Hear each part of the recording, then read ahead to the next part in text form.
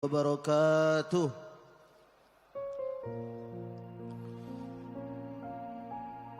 Hamdan li rabbin khassana bi Muhammadin. Alhamdulillahilladzi hadana li hadza wa ma kunna linahtadiya laula an hadana Allah. Asyhadu an la ilaha illallah wa asyhadu anna Muhammadan abduhu wa rasuluh. Allahumma salli ala sayyidina Muhammad wa ala alihi wa sahbihi ajma'in. Subhanaka la ilma lana illa ma 'allamtana innaka antal alimul hakim. La haula wa la quwwata illa billah. Rabbi israh li sadri wa yassir li amri wahlul 'uqdatam min lisani yafqahu qawli. Allahumma rzuqna fahman nabiyyin wa hifdzal mursalin wa ilhal malaikatil muqarrabin bi rahmatika ya arhamar rahimin. Jamaah kajian Ahad subuh yang insyaallah diberkahi oleh Allah Subhanahu wa taala.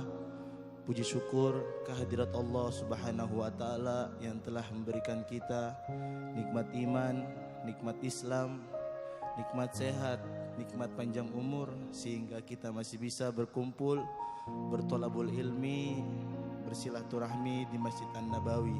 Semoga hari ini apa yang kita niatkan, apa yang kita cari, ilmu yang kita cari, ilmunya dapat bermanfaat di dunia dan di akhirat. Amin ya rabbal alamin.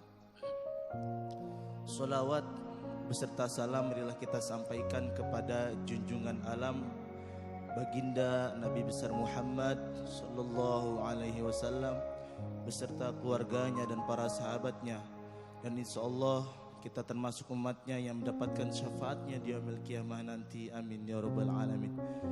Jamaah kajian Ahad subuh yang insyaallah diberkahi oleh Allah Subhanahu wa taala, dihimbau bagi para jamaah yang masih ada di pelataran masjid bisa masuk ke dalam masjid. Insyaallah kajian sebentar lagi akan segera dimulai. Kajian Ahad subuh hari ini alhamdulillah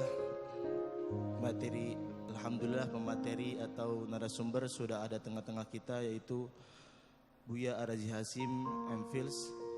Kita hari ini membahas tema yaitu siapa yang mengenal diri akan mengenal Allah Subhanahu wa taala. Kajian hadis, status hadis dan maknanya. Sebelum kajian Ahad subuh hari ini dimulai, marilah sama-sama kita baca Al-Fatihah. Semoga kajian hari ini berjalan dengan lancar, menambah keberkahan dan menambah ilmu dan wawasan keislaman kita. Ila hadhihi ala hadhihi niyah wa ala kulli niyatin salihah wa ila hadratin Nabi. Al-Fatihah. A'udzu billahi minasyaitonir rajim. Bismillahirrahmanirrahim. Alhamdulillahi rabbil alamin. Arrahmanir rahim. Maliki yaumiddin. Iyyaka na'budu wa iyyaka nasta'in. Ihdinas siratal mustaqim. Siratal ladzina an'amta 'alaihim ghairil maghdubi 'alaihim waladdallin. Amin. Pada Buya Arazi Hasim, mohon menempati tempat yang sudah disediakan.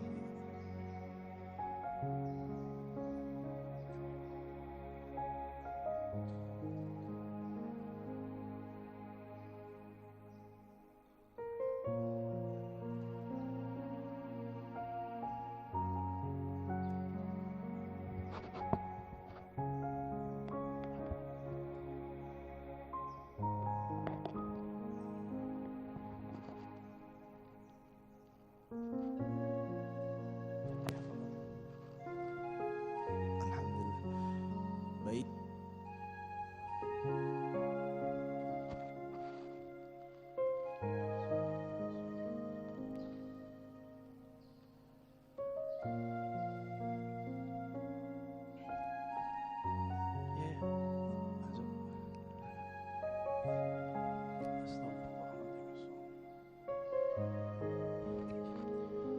Assalamualaikum warahmatullahi wabarakatuh. Alhamdulillahi rabbil alamin. Hamdan yuwafi ni'amahu wa yukafi'u mazidah. Asyhadu an la ilaha illallah. Asyhadu anna Muhammadan abduhu wa rasuluh. Allahumma salli wa sallim wa barik ala nabiyyina Muhammad wa ala alihi wa ashabihi wa li baitihi wa dhurriyyatihi ajma'in wa ba'd. Allahumma inna nas'aluka khaira hadzal yawm wa khairan fihi wa ba'dah wa na'udzu bika min syarri hadzal yawm syarri ma fihi syarri ba'dah. Bapak saudara, ikhwan fillah, banyak orang mendengar kalam ini. Siapa yang kenal dirinya, maka kenal Tuhannya. Sering dengar ya? Man arafa nafsahu faqad arafa rabbahu. Siapa yang kenal dirinya, dia pasti kenal Tuhannya, Rabbahu. Imam Ibnu Qudamah itu menyebutkan redaksi yang berbeda. Man arafa qalbahu arafa rabbahu.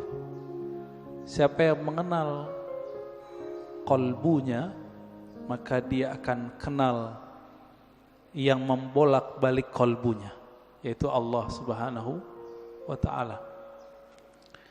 Ada yang bertanya, ini hadis atau bukan? Nah, ini pertanyaannya dua sebenarnya. Ini hadis atau bukan, lalu maknanya apa?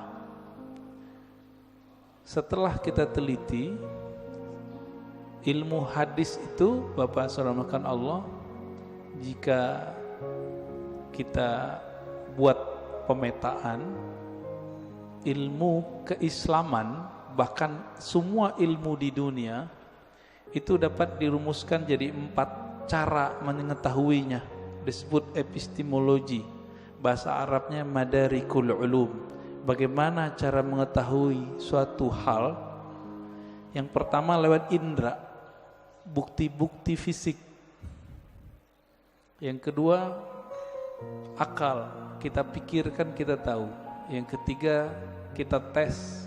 Yang keempat pakai spiritual, pakai rohani. Ilmu hadis itu yang pertama. Jadi ilmu hadis dia ilmu bukti fisik, mesti didengar, mesti ada bukti fisiknya. Maka secara ilmu hadis, hadis ini tidak bersumber dari Rasulullah sallallahu alaihi wasallam. Dari siapa ketemunya? Ternyata ketemu perkataan seorang ulama salaf namanya Yahya ibn Mu'az ar-Razi. Yahya bin Mu'az ar-Razi. Yahya bin Mu'az ar-Razi ini ulama ahli qalbu di zamannya. Beliau wali besar. Kalam-kalamnya itu bukan lagi kalam kayak kita. Dia jika berkalam, kalamnya itu hampir mirip dengan kalamnya Nabi sallallahu alaihi wasallam. Sehingga dikira ketika dia berkalam begitu, itu kalamnya Rasulullah sallallahu alaihi wasallam. Itu secara apa?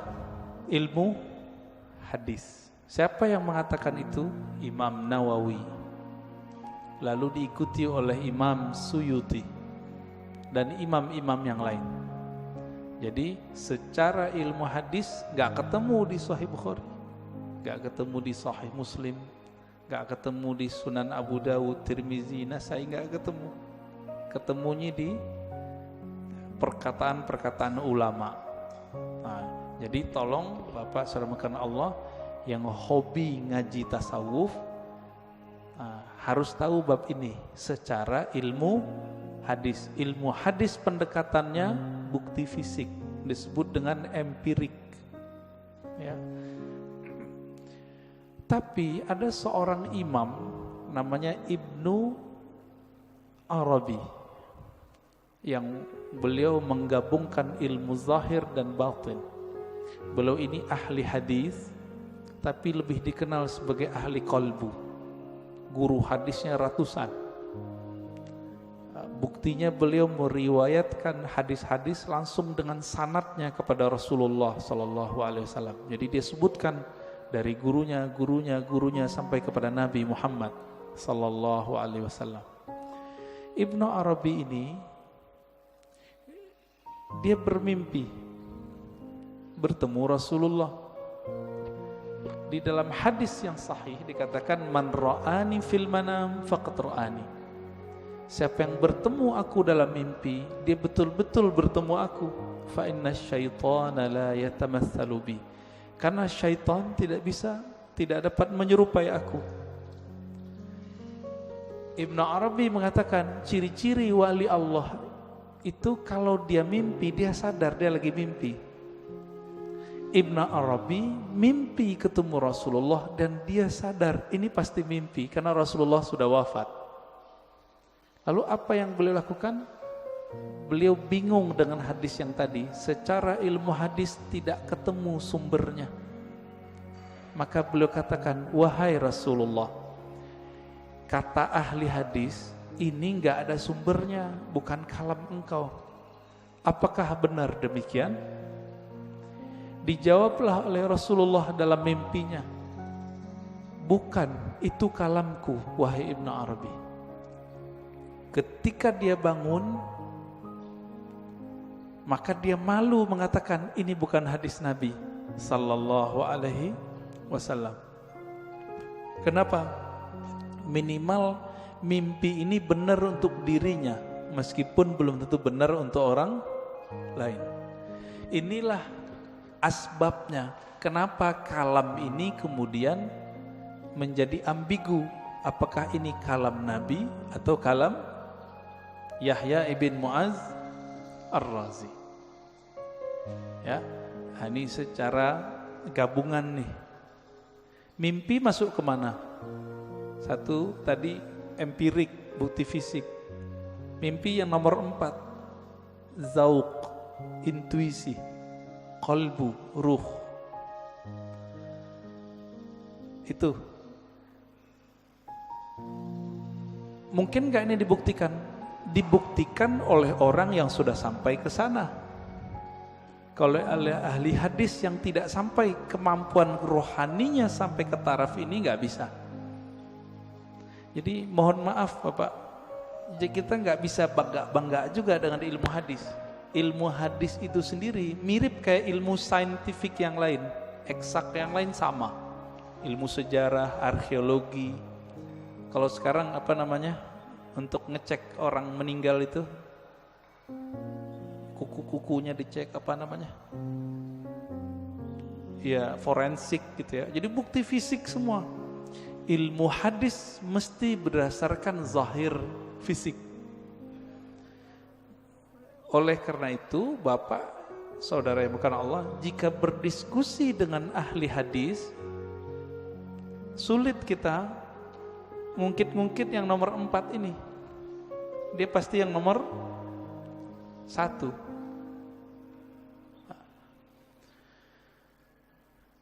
Coba lihat kalamnya. Siapa yang kenal diri, kenal Allah. Isinya benar gak? Bagus gak kalamnya? Bagus.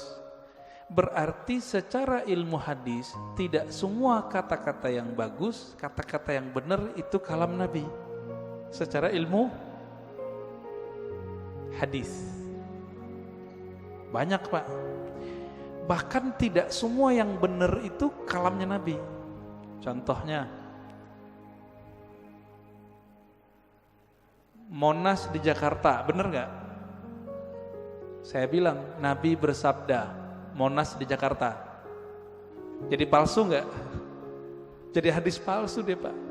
Maka tidak semua kata-kata yang benar, kata-kata yang baik itu pantas dikatakan bersumber dari Rasulullah sallallahu alaihi wasallam. Nah, ilmu hadis begitu Pak, agak kaku. Ilmu hadis ini dia harus dibuktikan. Saya ketemu guru saya ketemu gurunya. Ini sebagai contoh hadis yang paling sering kita dengar, innamal a'malu bin niat. Hadis ini Imam Bukhari mengambilnya dari ahli Mekah, namanya Humaidi. Gimana ketemunya? Oh, ternyata Imam Bukhari melakukan rihlah sekaligus haji. Bertemulah dengan Imam Al-Humaidi, murid dari Imam Syafi'i. Terbukti, secara ilmu hadis dikatakan muttasil, hadisnya nyambung Makanya innamal a'malu binniyat hadisnya sahih, ditaruh di nomor 1 dalam Sahih Bukhari.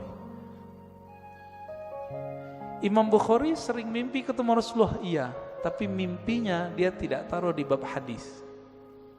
Ada seorang imam namanya Al-Baihaqi, punya kitab judulnya Syu'abul Iman dan Zuhud. Di kitab beliau menukil kalam Nabi tapi yang didapat orang dalam mimpi. Dan itu populer Pak di masjid-masjid kita, khotib-khotib kita dulu. Tahun 2006 seorang profesor nelfon saya dulu di UIN. Saya waktu itu masih kuliah. Dia telepon, "Ar-Razi, ente ngaji hadis bukan?" "Iya. Saya mau khutbah besok. Tapi bingung ini hadis itu bukan." Wah, kita kaget Pak, profesor masih mau nanya sama mahasiswa. Akhirnya saya katakan, "Hadis apa, Prof?" "Hadis siapa yang hari ini sama dengan kemarin maka dia merugi." Tahu hadis itu ya? Yang hari ini lebih buruk dari kemarin maka dia terlaknat. Saya senyum, "Maaf Prof, itu bukan hadis. Tapi itu kalam Nabi yang didapat oleh Imam Abdul Aziz bin Rawat dalam mimpinya." Kata Imam Baihaqi, qala Abdul Aziz bin Rawat, berkata Abdul Aziz bin Rawat, "Ra'aitun Nabiyya sallallahu alaihi wasallam fil manam yaqul." Aku mendengar Nabi sallallahu alaihi wasallam di dalam tidur berkata. Kata di dalam tidurnya dihilangin oleh khotib-khotib. Sehingga jadinya gimana?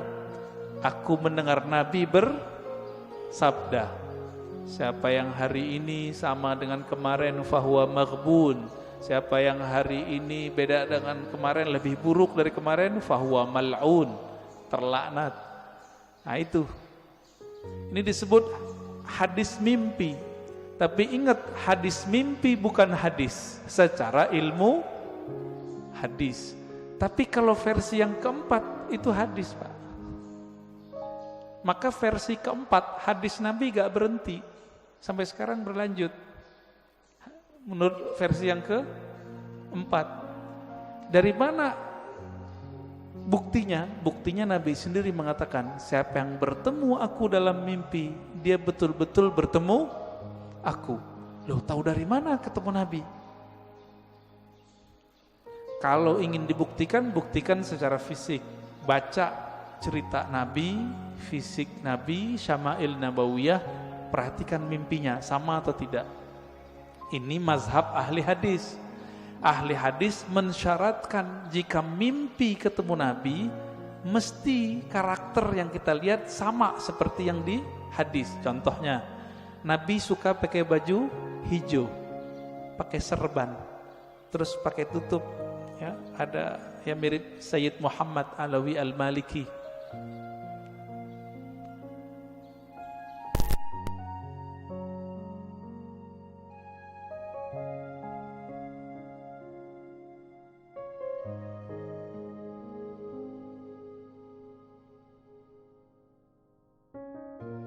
Sir rahasia di dalam ini gak pernah bohong. Ma kadzabal fuadu ma ra'ah. Dalilnya itu. Tidaklah si fuad ini, si kolbu ini, si hati ini pernah berbohong dengan apa yang dia lihat. Jadi walaupun Nabi sudah meninggal menurut ahli hadis, tapi bagi ahli ruhani Nabi gak pernah mati Pak. Nabi cuma pindah alam ruh, alam barzakh, alam malakut jabarut. Nah, ada di antara ulama yang setiap hari bisa ketemu Nabi. Siapa itu? Gurunya Imam Syafi'i, namanya Imam Malik.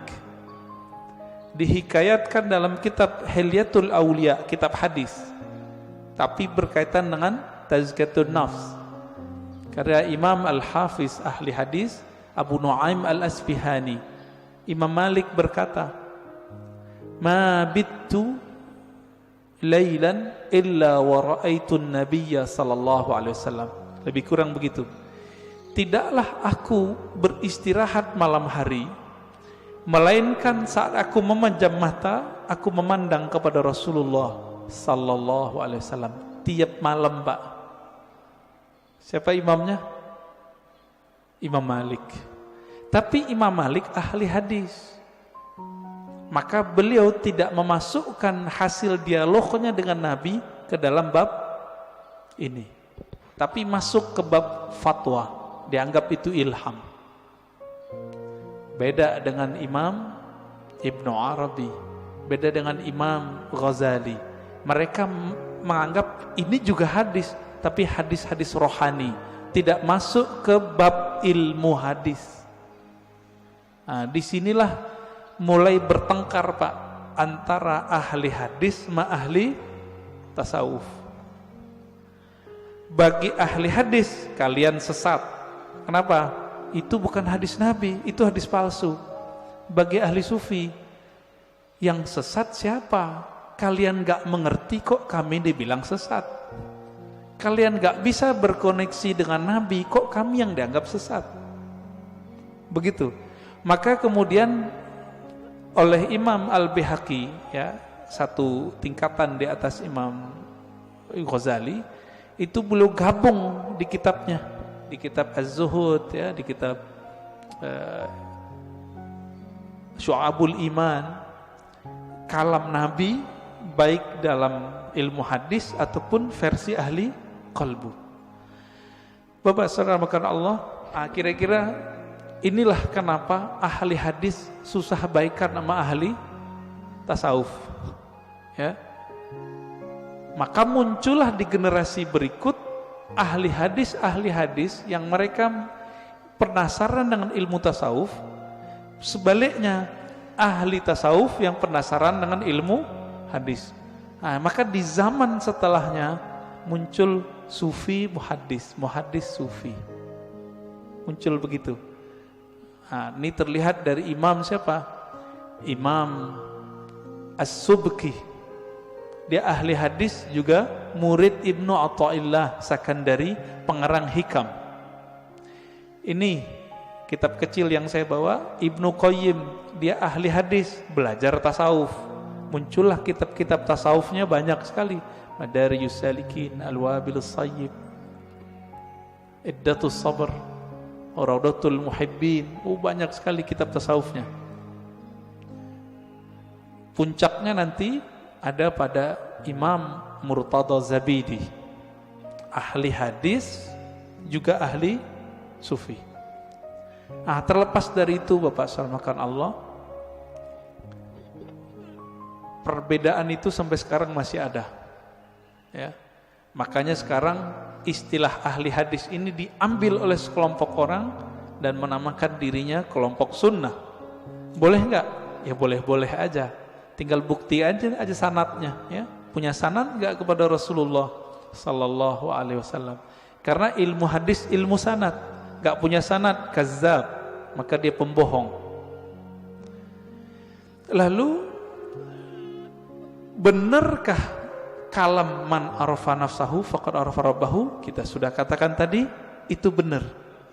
Nah, terlepas dari ini kalam Nabi atau bukan, kalam ini sudah menjadi kaidah dalam ilmu tazkiyatun nafs, ilmu tasawuf, ilmu kerohanian. Lalu apa maknanya? Siapa yang kenal dirinya, maka dia kenal Tuhannya. Antum nih teman-teman, namanya misalnya Abdullah, dikasih bapaknya Abdullah. Mengenal diri itu mengenal tubuh si Abdullah atau kenal yang mana? Sekedar mengenal jasad? Tentu tidak. Lalu kenal apa ini? Kenal yang mana ini? Bukan yang jasad ini. Kan banyak juga Pak, anak-anak udah 7 hari gak punya nama. Bapaknya datang ke kita, "Tat, kasih nama dong anak saya." Berarti nama jasad ini itu bisa dibuat, bisa dirubah Pak. Sebelum kita masuk ke tubuh ini, kita punya nama. Benar nggak punya nama? Kita lahir di dunia, yang ngasih nama siapa? Orang tua, guru. Sebelum kita masuk ke dunia ini, kita di alam ruh. Allah mengatakan, alastu bi rabbikum, bukankah aku Rabbmu? Allah memanggil kum, kamu. Berarti kita ada nama, Pak. Cuma nama ini disimpan di dalam dada Rasulullah Sallallahu Alaihi Wasallam. Kita nggak tahu. Ditanyalah oleh orang Bani Israel, orang ahli kitab, ya Muhammad, apa itu ruh? Turunlah ayat yas'alunaka 'anir ruh. Mereka bertanya kepadamu mengenai ruh. Katakanlah ruh itu urusan Allah. Kamu tidak diberi ilmunya kecuali sedikit. Sedikit di situ, wa ma utitum minal ilmi illa qalila. Sedikit menurut siapa? Menurut saya, menurut Nabi, menurut Bani Israel, atau menurut Allah? Menurut Allah. Maka sedikit menurut Allah itu banyak menurut kita. Orang kaya di Indonesia bilang, saya ngeluarin uang dikit. Dikitnya itu udah 100 triliun, Pak.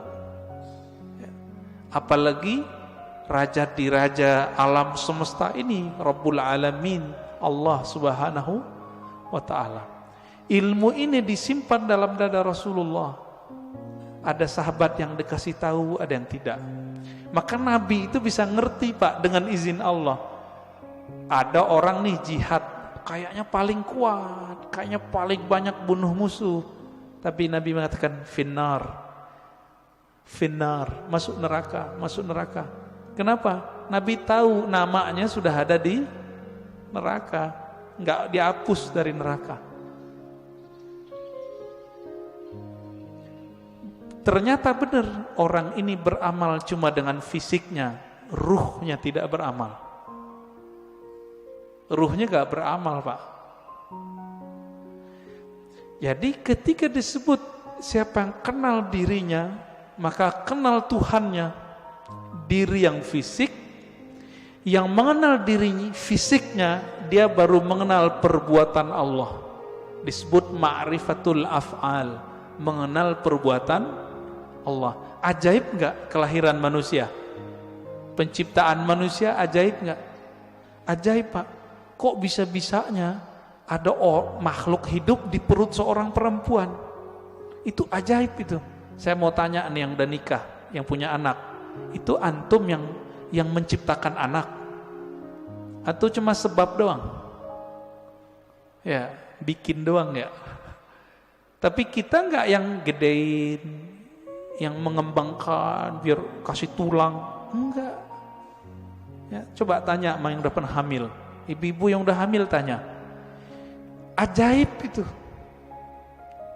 Maka mengenal diri yang fisik mengantarkan kepada ma'rifatullah level 1. Apa itu?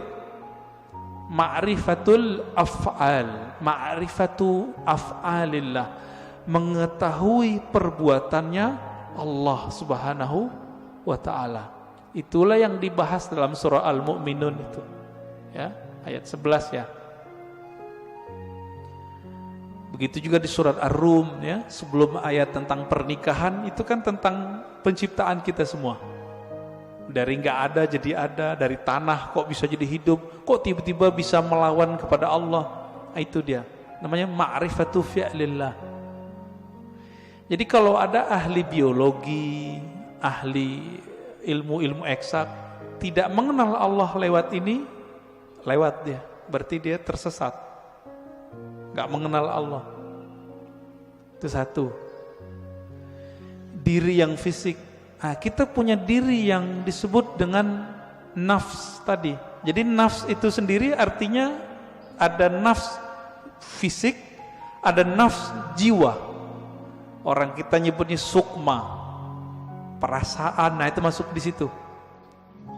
Yang bilang saya emosi, nah itu dia. Saya jatuh cinta, ada itu. Seneng, sedih. Itu masuk ke si nafs ini. Yang nafsunya besar, yang nafsunya kecil, penakut, pemberani, itu si nafs. Nah, punya enggak nih? Punya ya? Punya kita. Inilah yang dikatakan di Quran, wa man nahan nafsa anil hawa fa innal jannata hiyal ma'wa. Yang mampu menahan, mengendalikan nafs jiwanya, maka dia dapat surga. Nah, ini ma'rifat apa nih? Ini masih sama. Ma'rifatu fi'lillah. Perbuatan Allah. Cuma perbuatannya yang tidak tampak secara fisik. Jadi perbuatan Allah ini kan ada yang tampak secara fisik, ada yang tidak tampak. Ini masih sama. Ilmu untuk memahami ini disebutlah ilmu tazkiyatun nafs. Jadi tazkiyatun nafs itu baru cabang dikit dari tasawuf. Karena orang alergi dengan ilmu tasawuf, nggak mau mereka nyebut istilah tasawuf. Takut ditinggal jamaah. Kalau ustadz udah takut sama jamaahnya, terus jamaah takut sama siapa dong? Ya. Kalau si ustadz udah bergantung kolbunya kepada jamaah, lalu jamaah bergantung kolbunya sama siapa? Jadi kalau ada di antara antum yang ustadz, dai, jangan dai ngikutin murid, jangan guru ngikutin selera murid, murid yang ngikutin guru. Gitu seharusnya. Kalau enggak, itulah yang Nabi lakukan. Nabi enggak diikuti oleh ahlu Mekah, maka beliau berhijrah. Hijrah beliau. Menjaga idealisme seorang guru. Nah ini perlu Pak. Itu diperlukan ma'rifat yang ketiga. Mengenal diri yang qalbiyah, diri kolbu. Yang mengenal diri kolbu, nah, kolbu kita. Nah, di kolbu ini kalau nafsnya rusak, dia ngefek ke kolbu. Nafsnya nih punya karakter bengis, kolbunya hitam. Nafsnya suka bangkang, kolbunya hitam, meradang dia Pak. Kalau kita meradang mulut, sariawan bisa menikmati makanan enggak? Enggak bisa. Makanannya kolbu adalah zikrullah, baca Quran, sholawat. Kalau sudah meradang itu kolbu, dibawa sholat enggak enak. Dibaca Quran pun kita mikir, enaknya apa ya baca Quran? Kalau kolbunya lagi rusak, rasain aja Pak sendiri. Zikir, katanya zikir menenangkan jiwa, kok enggak tenang-tenang? Malah tambah bingung, malah tambah syak. Zikir itu bening, bener gak? Zikir bening Pak. Kolbu itu wadahnya zikir, sehingga nanti dia bisa menyantap. Wadahnya lagi kotor, bersihin dulu, diobati dulu, baru dia bisa menikmati. Masalahnya sudah bertahun-tahun nih kolbunya berkarat, bener gak? Nah, bersihinnya pakai apa Pak? Itu yang disebut taubat nasuha. Taubat nasuha itu beda dengan misalnya nih gelas habis dipakai, airnya air putih, cukup dikasih keran bersih, air keran, nggak usah digosok. Tapi kalau ini pakai minyak, ada minyak lengket di situ, harus digosok nggak? Nah, ini yang disebut taubat nasuha. Jadi taubat nasuha itu menggosok kolbu kita supaya bersih dengan pengakuan dosa kepada Allah. Nah, di dalam ajaran Islam nggak ada pengakuan dosa ke ustadz, nggak ada, ke pendeta nggak ada Pak, ke guru nggak ada, ngaku kepada Allah. Semua kita kan punya dosa nih, bener Pak? Ada yang nggak punya dosa? Saya cium tangannya Pak. Makanya kita dianjurkan cium tangan anak kecil. Makanya Bapak nggak boleh marahin anak kecil atau ngusir anak kecil dari masjid. Terganggulah. Kenapa? Nabi lagi khutbah Jumat, Hasan Husain datang, turun, diambil, digendong. Lagi sholat, naik ke punggung Nabi, ikut sholat. Keberisikan iya, tapi sekali kita usir dia, nanti anak tuh mikir masjid itu tempat orang-orang galak ya gitu. Benci nanti dia ke masjid, Pak. Nah, yang benar diatur. Orang tuanya juga harus perhatian. Bapak Saudara makan Allah, jika kita sudah sampai mengenal diri si kolbu itu cuma mau satu, asma Allah. Asma Allah ada di Quran, ya, ada di sholawat, ada di zikir. Intinya zikirlah. Semakin banyak kita mengenal nama Allah, semakin banyak makrifat di dalam kolbu.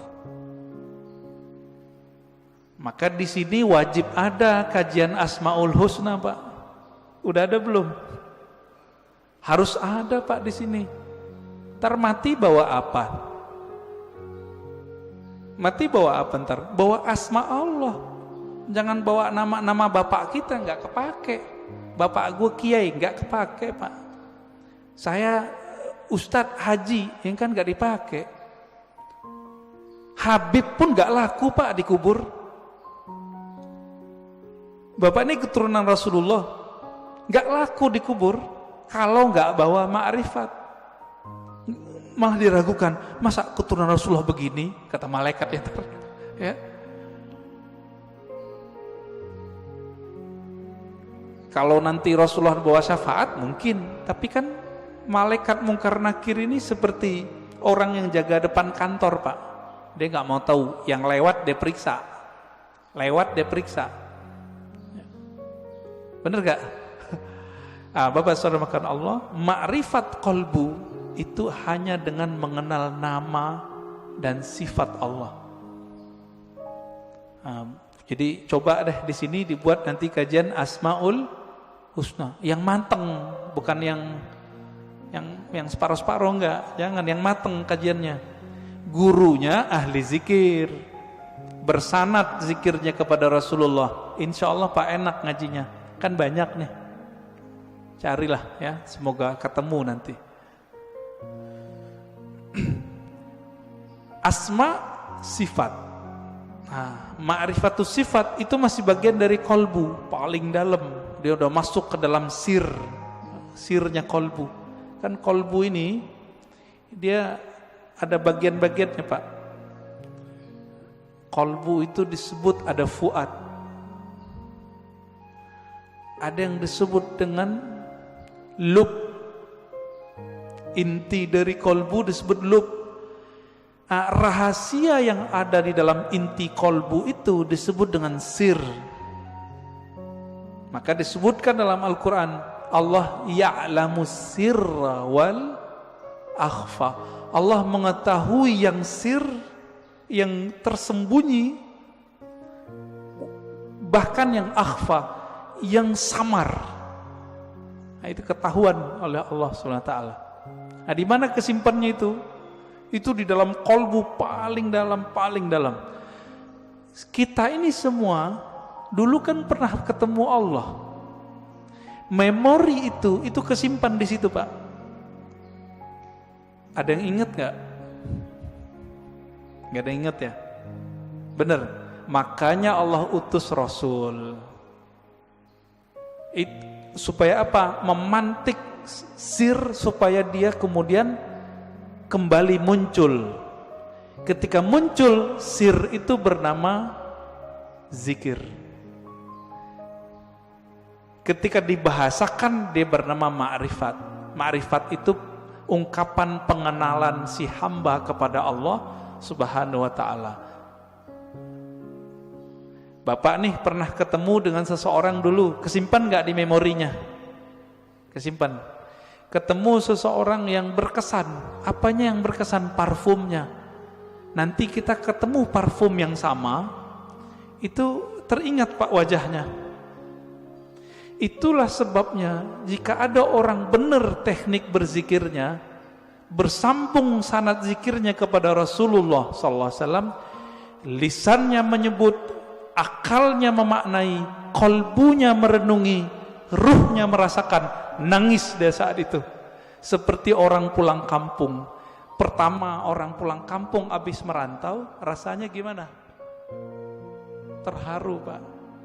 Nah, kalau Bapak Ibu ini kan pada hari raya di luar kota, lagi merantau, malam takbiran nangis, dengerin takbiran. Kenapa tuh nangis? Ingat kampung, kirain ingat Allah. Takbiran ingat Allah, nangis. Wah, itu arif billah namanya, kenal Allah dia. Takbiran nangis, ingat siapa? Kampung. Kita lupa, kita punya kampung lain, namanya kampung arwah. Lupa apa ya? Kampung arwah. Ngapain si arwah di kampung itu? Dia menatap Allah Subhanahu wa ta'ala. Dia menatap Allah, Pak. Supaya dia bisa menatap Allah lebih dekat, apa yang dia lakukan? Dia mendekat kepada nur sumbernya. Itu yang disebut Nur Muhammad. Jadi dulu, itulah yang dikatakan oleh Nabi, kuntu nabiyan, aku sudah jadi nabi, Adam belum dicipta, udah jadi nabi di alam ruh. Makanya roh-roh itu mendekat semua kepada Rasulullah supaya bisa tetap dekat memandang Allah Subhanahu wa ta'ala. Itu Pak maknanya. Itu kalau kita punya ruh yang bercahaya, pasti rindu ingin mengenal ilmu ini, pengen mengenal ilmu ini. Itu yang bikin orang nangis, nangisnya permanen, Pak. Tangisan itu yang bisa memadamkan api neraka. Kalau tangis yang malam takbiran tadi enggak. Itu mah tangis pulang kampung. Mau pulang gak ada duit. Atau kayak tahun-tahun ini kan mau pulang kena Covid. Dompetnya Pak kena Covid. Gak bisa pulang, nangis. Itu nangis apa? Teringat kampung fisik. Jadi jika orang bisa nangis karena ingat kampung fisik, kampung badan ini, teringat orang tua zahir, apalagi jika dia teringat dengan orang tua rohaninya. Sering dengar nggak istilah Nur Muhammad? Ya, masih ingat disebut apa? Nur Muhammad itu Abul Arwah, bapaknya sekalian roh. Maka ketika ruh itu rindu ke siapa? Dia rindu sama ayahnya. Itulah kenapa kalau solawat jadi wajib dalam solat. Allahumma salli ala Sayyidina Muhammad. Ini orang malah debat, nggak boleh pakai Sayyidina, boleh pakai Sayyidina. Itu mah debat biasa itu. Kolbunya, ruhnya rindu nggak kepada Rasulullah? Nah, kalau sudah sampai ke sana, dia sudah sampai ke ma'rifatur ruh. Mengenal ruh dari mana dia berasal. Dulu dia bersama siapa. Nah, ini kabar gembiranya Pak.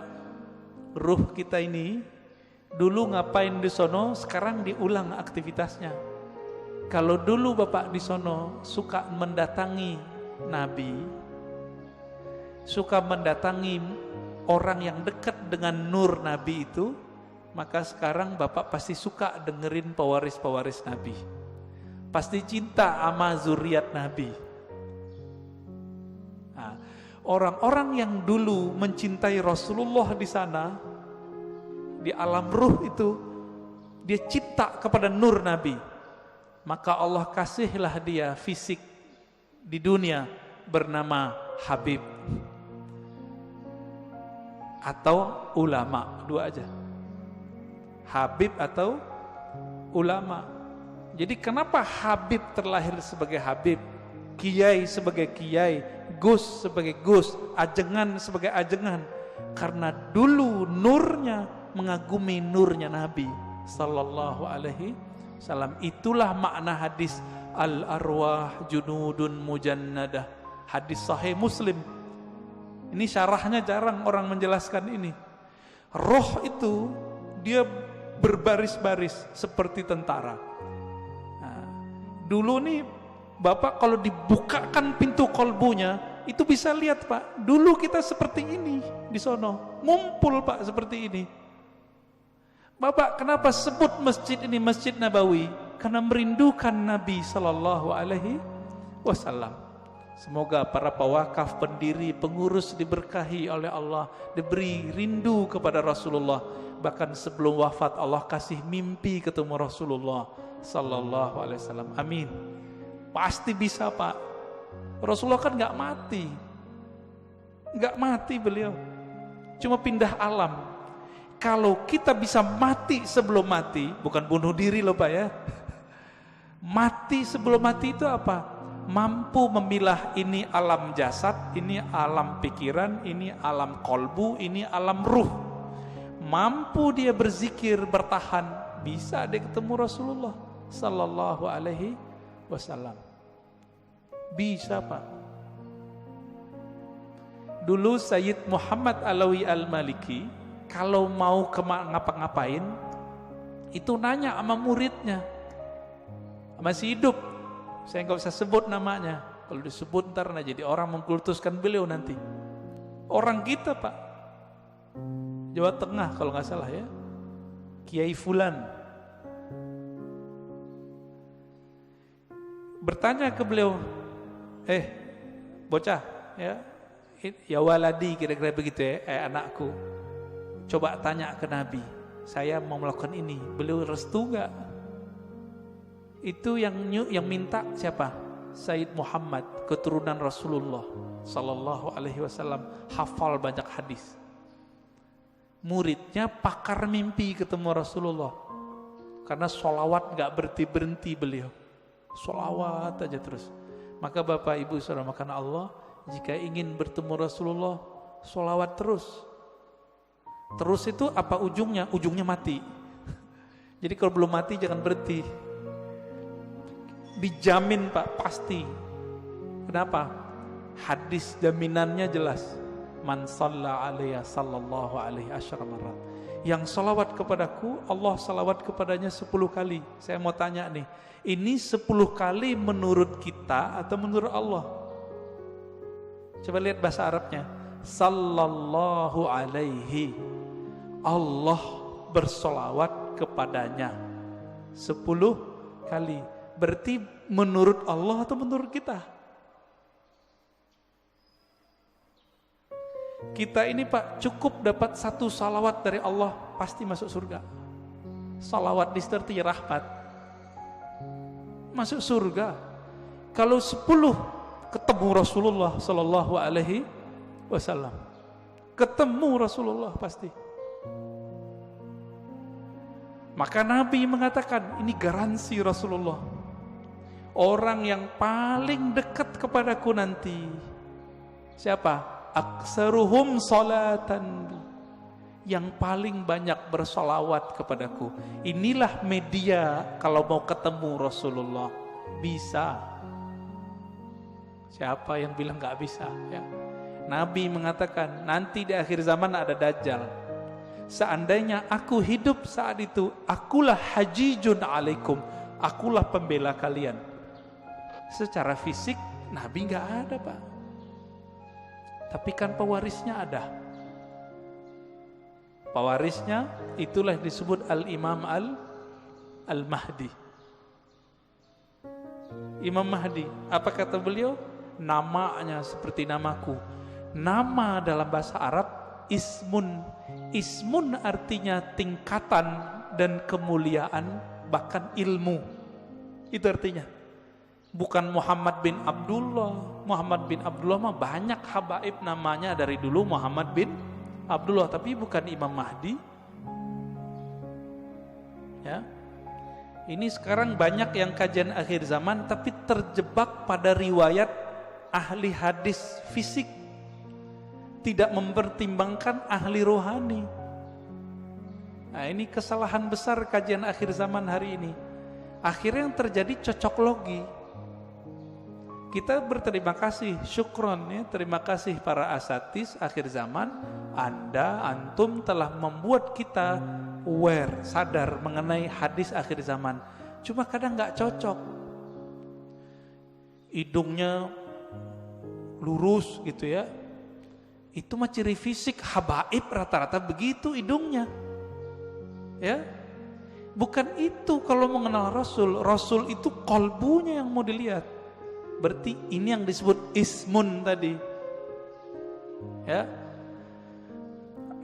Maka yang keempat itu Bapak selamatkan Allah. Siapa yang mengenal ruhnya, maka dia mengenal Allah secara hakiki. Dia mengenal Rasulullah secara hakiki. Nah, semoga kita sampai ini yang ini keempat. Mengenal ruh, walaupun sedikit menurut Allah itu kan banyak bagi kita. Setetes saja Allah beri, itu udah lautan bagi kita. Ya. Nah, caranya banyak-banyak aja Pak, sholawat.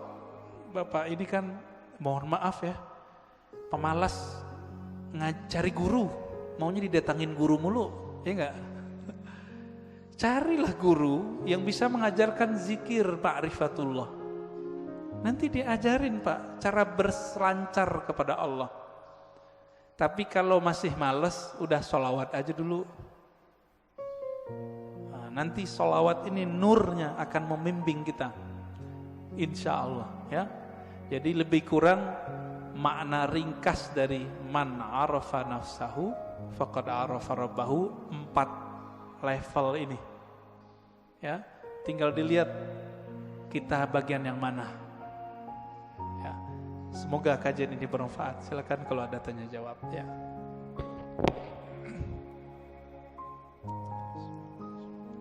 Alhamdulillah selesai materinya, kita masuk ke sesi tanya jawab. Mungkin saya tanyakan dari akun YouTube An-Nabawi TV. Ada 5 pertanyaan nih, tapi tidak semuanya dipilih, yang terbaik. Yang pertama, mohon penjelasan Buya tentang perkataan bahwa telinga yang berdenging adalah nama kita disebutkan di alam malakut, maka bersolawatlah. Mohon penjelasannya tentang perkataan ini, jazakallah. Yang kedua Buya, betulkah hadis surga di bawah telapak kaki ibu itu hadis palsu? Mohon penjelasannya. Iya. Demikian dari YouTube, itu aja yang terbaik. Yang pertama tentang kalau telinga berdenging, nama kita disebut di alam gaib malakut ya. Itu yang hadisnya dinukil oleh Imam An-Nawawi dalam kitab Al-Azkar. Hadisnya lebih kurang hasan, tapi tidak menyebutkan mengenai alam malakut. Nabi cuma mengatakan, siapa yang telinganya berdengung, lebih kurang begitu, maka bacalah basmalah. Lalu ada doanya, zakarani Allahu bi khairin, semoga Allah menyebutku dengan yang baik. Itu maksudnya, bahkan bukan malakut saja, semoga Allah menyebutku dengan yang baik. Berarti lebih dari Jabarut, lebih dari semuanya. Kalau Allah berbicara di mana? Karena Allah nggak petu tempat. Nah, ini yang disebut qadim. Ya, qadim. Tapi bisa saja kalam Allah disampaikan ke alam-alam yang lain. Wallahu ta'ala alam. Itu maksudnya. Hadisnya hasan. Ya. Yang kedua, oh ya, surga di bawah telapak kaki ibu. Kalau kalimatnya begitu, iya, bukan hadis Nabi. Tapi yang ada di hadis Nabi, ridhonya Allah di bawah ridhonya orang tua, itu hadisnya. Ya, kemudian yang semakna dengan itu ada di hadis Imam Al-Hakim. Ada. Tapi kalimatnya bukan di bawah kaki gitu, enggak seperti itu di hadis yang ininya. Ya. Fadhal. Kalau aneh nggak tahu, aneh bilang nggak jawab ya, nggak ngerti gitu. Yang kedua, yang ketiga dan yang keempat, bagaimana cara kita mengalahkan nafsu ketika masa-masa futur? Yang kedua, Buya, untuk bab akidah, hakikat Allah dan arafa rabbahu, ulama sepakat harus memakai dalil hadis sahih untuk hujjah. Lalu bagaimana dengan hadis dari mimpi tadi bisa dihujjah akidah? Oke, bagus. Yang pertama tadi tentang cara mengalahkan nafsu. Di Quran itu kalimatnya cuma naha. Naha itu bukan mengalahkan. Naha, apa arti naha? Melarang. Jadi naha itu kita mampu melarang jiwa. Ini yang disebut mengontrol. Gimana caranya? An-nafs itu tidak bisa dizikirkan, dia cuma bisa dikontrol. Jika berkaitan dengan hawa nafsu, itu urusannya dengan makan. Maka jaga makannya, jangan yang haram dan jangan banyak. Jangan banyak ya. Jika berkaitan dengan syahwat yang besar, maka kurangi makan-makan yang membuat libido kita tinggi. Yang paling ringkas ya puasa. Puasa itu paling bagus.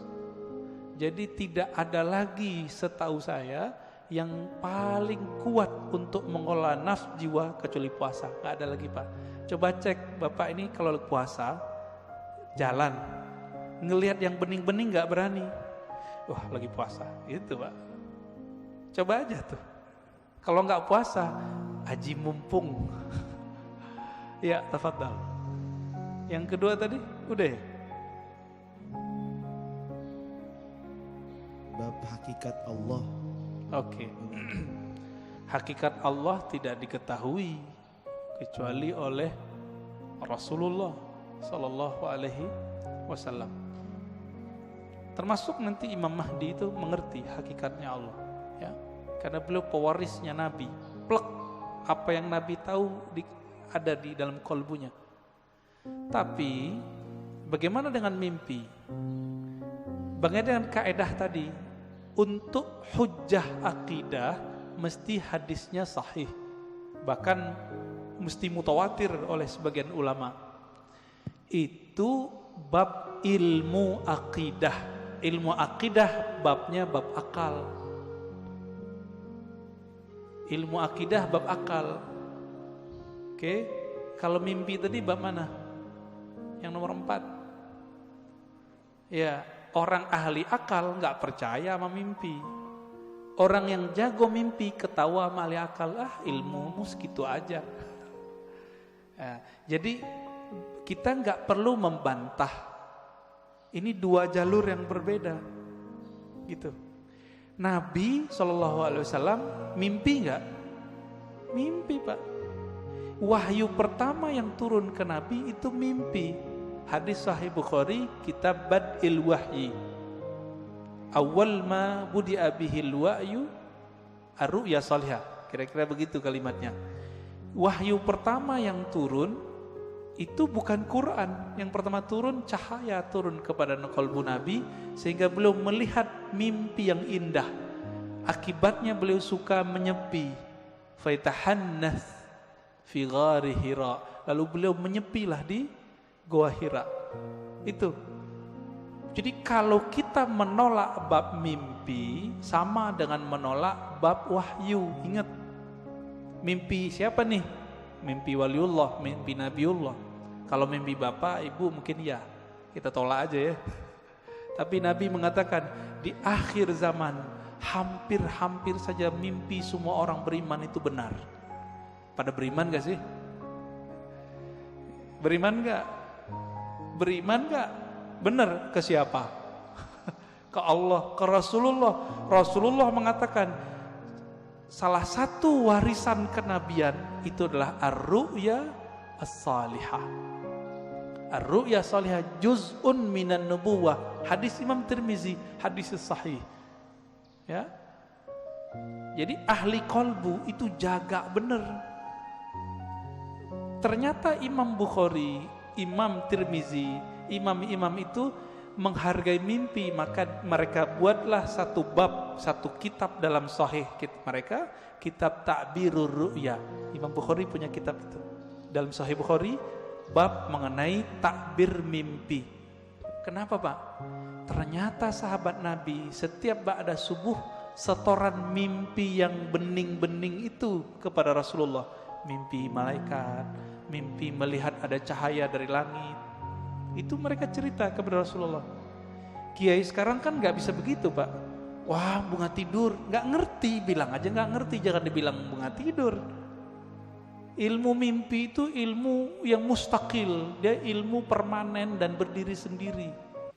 Dia nanti berkaitannya dengan ilmu rohani, ilmu tasawuf. Jadi tidak berbenturan dengan ilmu akidah.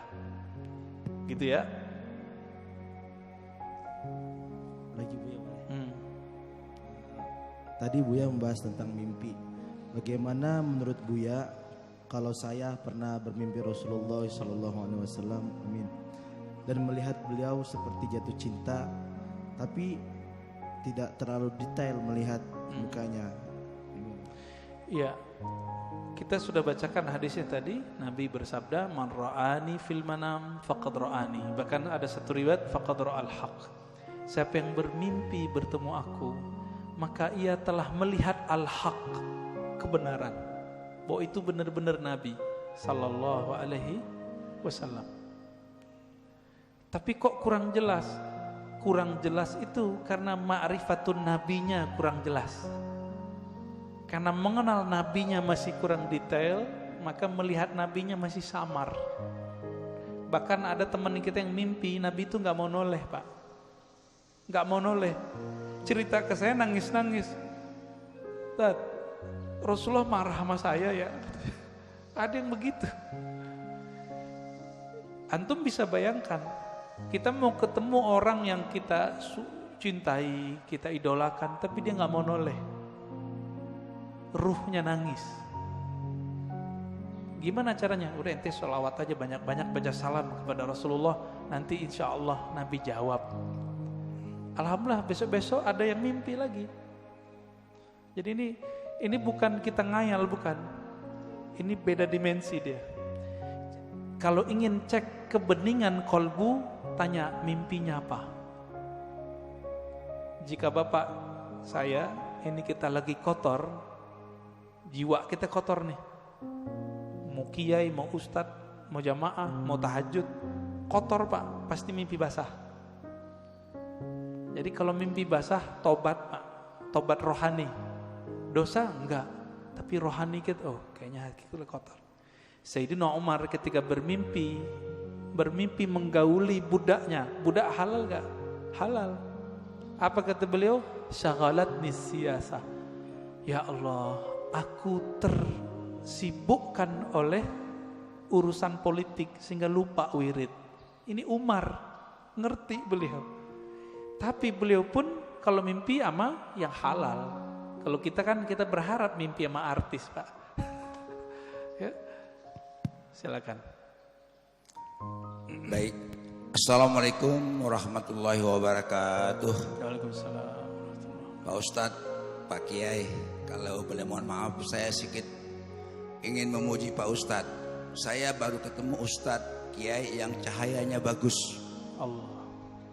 dan bening. Ini pertama.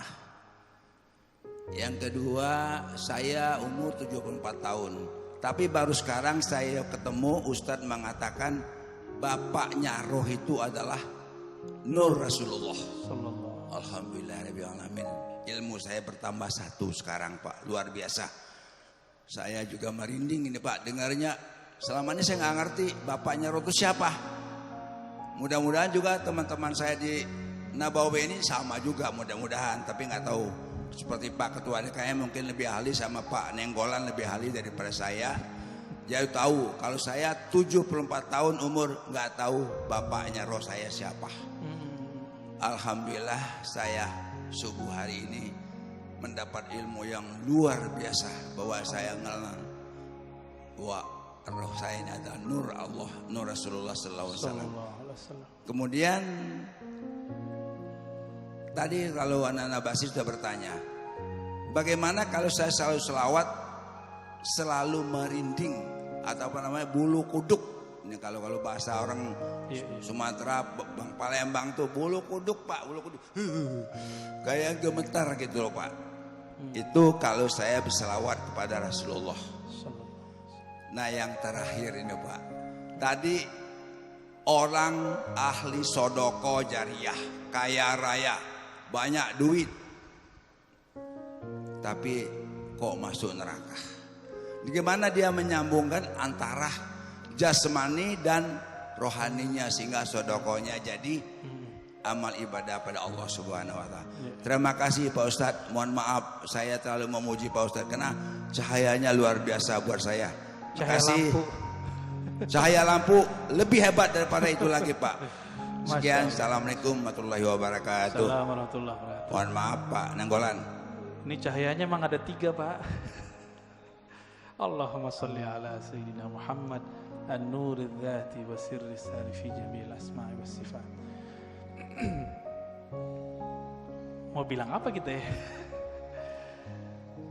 Betul Pak. Jadi bapak rohani itu istilah bahwa ruh kita itu percikan dari nur beliau sallallahu alaihi wasallam. Lalu kenapa kita merinding? Ketika bapak merinding, itu ruhnya sedang merindu.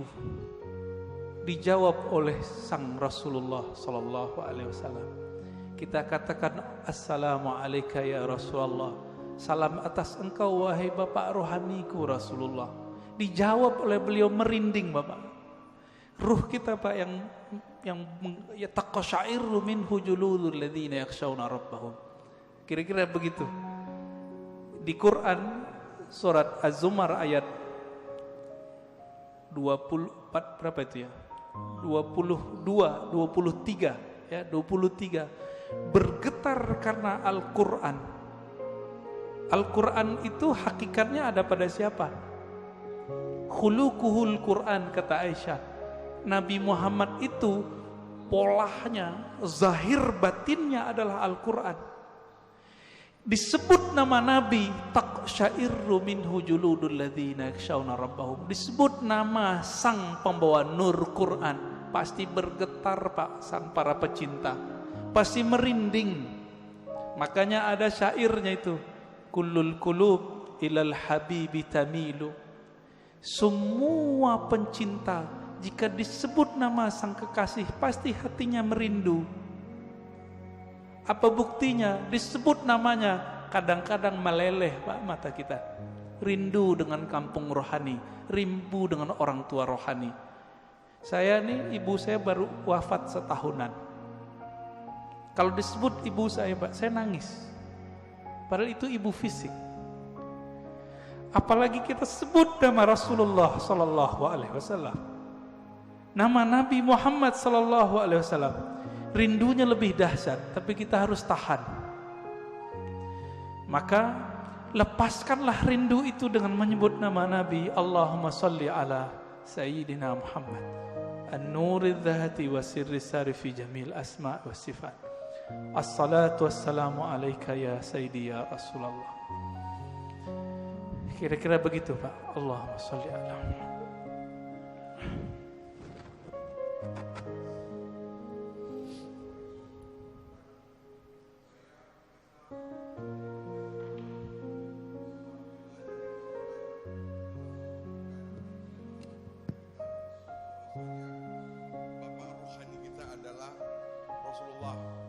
Sallallahu alaihi wasallam.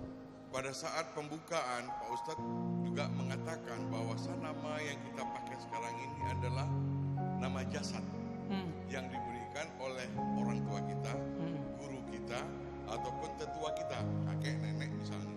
Sekarang saya mau tanya, siapa nama rohani kita Pak Ustadz? Yang dimana binnya adalah bin Muhammad Rasulullah SAW. Demikian. Assalamualaikum warahmatullahi wabarakatuh. Assalamualaikum. Yang tahu nama kita, orang tua kita bukan? Yang ngasih nama kita siapa Pak? Orang tua kita. Maka yang tahu nama ruhani Bapak, itu bukan saya. Tapi siapa yang tahu? Bapak Ruh. Tapi Bapak Ruh itu punya pewaris. Bukan ulama yang bisa baca kitab ini. Ulama yang mewarisi kolbunya Nabi, plok semuanya dia warisi. Itulah nanti namanya Al-Imam Al-Mahdi. Kalau umur Bapak panjang bisa. Jika belum muncul Imam Al-Mahdi, maka wali yang disebut wali ghaus, jika di ilmu fikih disebut mujtahid mutlak. Mujtahid mutlak, dia tahu nih barang hukumnya apa, keluar namanya. Maka bagi ahli ruh, wali-wali yang disebut wali kutub, itu mereka nggak ngerti. Yang ngerti wali namanya ghaus. Jadi wali itu kan banyak Pak, ada stratanya. Ada 313 wali kutub, sejumlah dengan jumlah para rasul, sejumlah dengan jumlah ahli badar. Kutub poros, dia poros asma, poros sifat Allah. Wali-wali ini ada satu pemimpin yang jadi guru mereka, orang tua rohani mereka sekarang ini. Ini yang disebut Kutubul Ghaus. Dan itu cuma satu di dunia, dan pasti keturunan Rasulullah. Sayangnya mastur, tersembunyi, nggak boleh muncul Pak. Bapak pengen tahu nama ruhnya? Harus punya koneksi sama Al-Ghaus ini, gitu. Kalau mau nanti satu saat kumpulkan namanya semua, nanti saya kirim ke beliau. Ya, biar dikasih namanya oleh beliau. Kapan ketemunya? Wallahu a'lam. Insya Allah ketemu. Insya Allah ketemu. Para perindu Rasulullah pasti bertemu beliau. Bapak kalau mau silakan. Nanti kumpulkan namanya, nanti beliau kasih nama. Dikasih nama Pak, dengan nama itu Bapak nanti dipanggil oleh malaikat Munkar Nakir ntar. Nama dari ayah rohani yang disimpan oleh kalbu beliau. Kira-kira begitu. Waduh, ini udah berbicara jauh kita nih Pak ya. Ya, tafadhal. Boleh terakhir dari Pak Haji Adang untuk pertanyaan. Assalamualaikum warahmatullahi wabarakatuh. Assalamualaikum warahmatullahi wabarakatuh. Mohon dijelaskan perbedaan antara saudara kandung dan saudara satu ruh. Karena terkadang walaupun kita saudara satu kandung, saudara kandung dan saudara ruh. Karena yang terjadi di dunia ini, sungguh pun kita saudara satu kandung, tapi mungkin jarang ketemu, banyak perbedaannya. Berbeda walaupun tidak satu kandung, kita sering ketemu dan banyak persamaannya. Kemudian mohon dijelaskan juga perbedaan pendengaran ruhani dan pendengaran jasmani, penglihatan ruhani dan penglihatan jasmani. Terima kasih. Ya. Beda saudara kandung secara jasad Pak ya, dengan saudara ruh. Dalilnya surat Al-Hujurat, innamal mu'minuna ikhwah. Sesungguhnya orang beriman itu bersaudara. Loh, babenya siapa? Ya, bapaknya siapa? Itulah Rasulullah, Abul Mukminin, bapaknya orang beriman. Maka istri Nabi disebut Ummul Mukminin. Tapi kan kita nggak manggil Nabi Abul Mukminin, padahal itu nama beliau sebenarnya. Disebut lebih tepat Abur Ruh. Saudara ruh ini itu diketahui dari syahadat Pak, dan pengenalannya kepada Bapak Ruh. Dan yang meniupkan roh tidak dicipta Pak. Tapi jika yang dimaksud roh itu jiwa dicipta. Jadi tergantung nih, kan ulama kita kadang menyebut roh tapi artinya nafs. Menyebut roh artinya kolbu, seperti Imam Ghazali. Maka ini dicipta. Inilah mazhab Imam Qushairi, Imam Ghazali, bahwa ruh dicipta. Tapi Quran kan ngomong ruh bukan yang itu. Kulir ruh min amri rabbi. Amri rabbi tidak dicipta. Roh adalah urusan Allah. Lillahil amru, ya. Allah punya amr, tapi juga punya penciptaan. Jadi Allah membedakan antara ciptaannya dengan urusannya. Urusan itu hembusan. Nah, jadi kita ini, fisik ini dengan kun fayakun.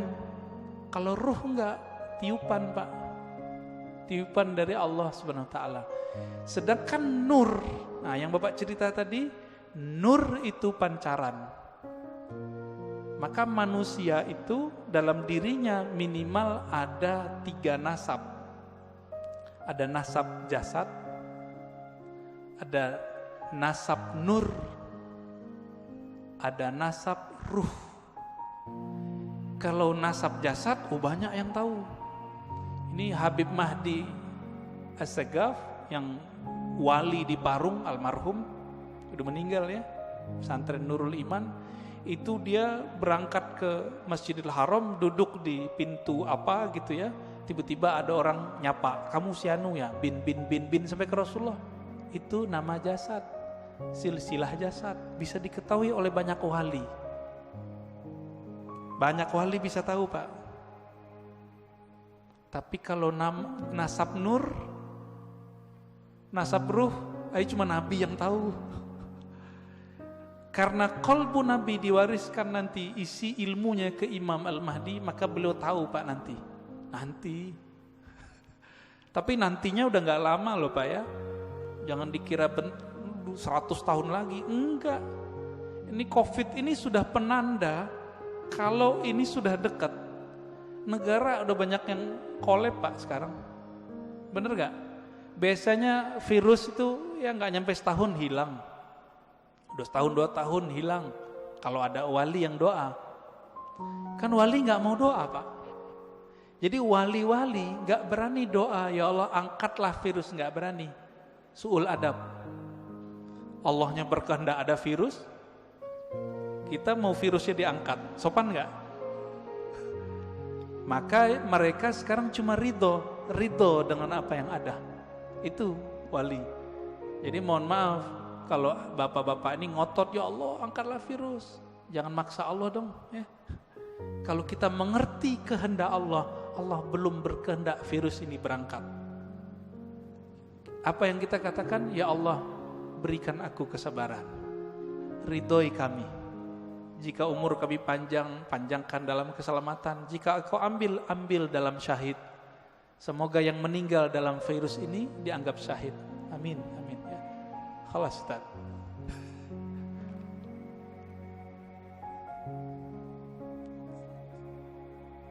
Zikir ya.